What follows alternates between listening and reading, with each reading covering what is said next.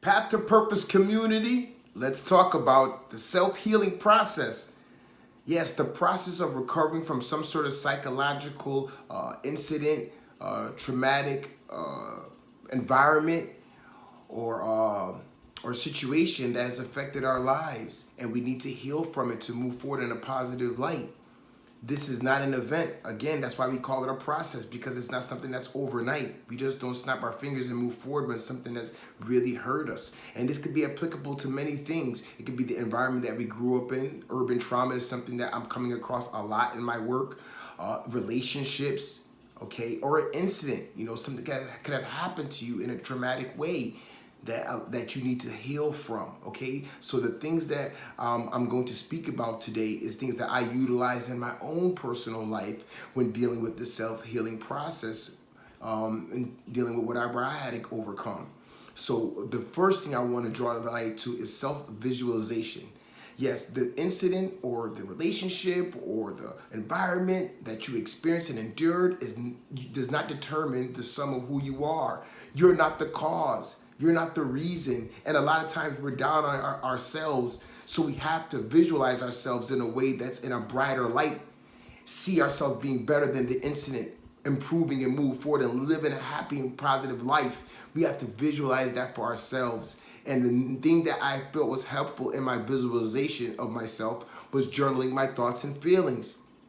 Yes, writing down what that visual picture looks like for myself in a few years in the instance that I got over this, right? And I got past this feeling. So yes, journal your feelings as you visualize it. Write down how you're feeling, because when you're writing down how you're feeling, good and bad, it allows you the opportunity to acknowledge that moment of how your spirit feels about that situation. And when you acknowledge it, you can also move forward from it because you see it now clearly. Another thing that was helpful is changing my diet. A lot of times when we're going through stressful times, we tend to stress eat or emotional eating. It's real. And I can attest to that, because a lot of times you're not being selective on the food that you're eating when you're feeling these type of ways. You're just reaching, right? Trying to eat the stress away, eat the bad feeling away. And it's not going to really happen that way. What actually works is actually changing and adjusting our diet to eating more fruits, vegetables, and lean proteins. That allows our body to have to work less at digesting it. That makes you feel good from the inside out. That was helpful. So adjust your diet to eating more selective food that allows you to digest it more easily.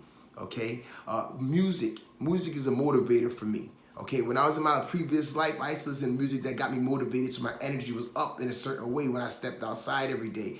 But it's also applicable to when I'm trying to find a peace and tranquility in my life these days.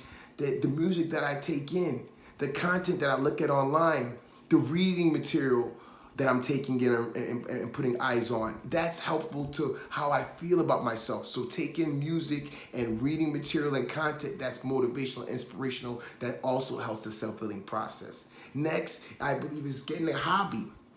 A hobby could be anything. I felt like exercising was the thing for me. That's what helped me really process my healing and my traumatic situations and feelings that I had about myself. The exercising and just moving my limbs, health and wellness, was very helpful. That could be something else for you if that's not your thing. How about gardening? I don't know, maybe you like to chef and move around the kitchen and make different nice recipes for you and your family. Try that.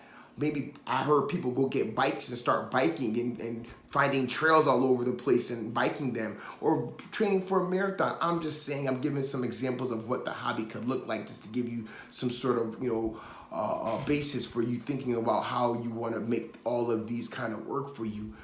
Because these things that I'm suggesting are interchangeable. And again, disclaimer, they're not the only way that you can self-heal. This is just things that I utilize and implemented in my life that I felt like I want to share with my community. Because if this is not all that you need, maybe the traumatic situation that you've endured is hard to get over, right? Yeah, that's serious.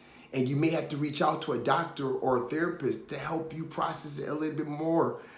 Okay, and get their insight on it, because everybody deals with traumatic situations differently, and I want to definitely acknowledge that.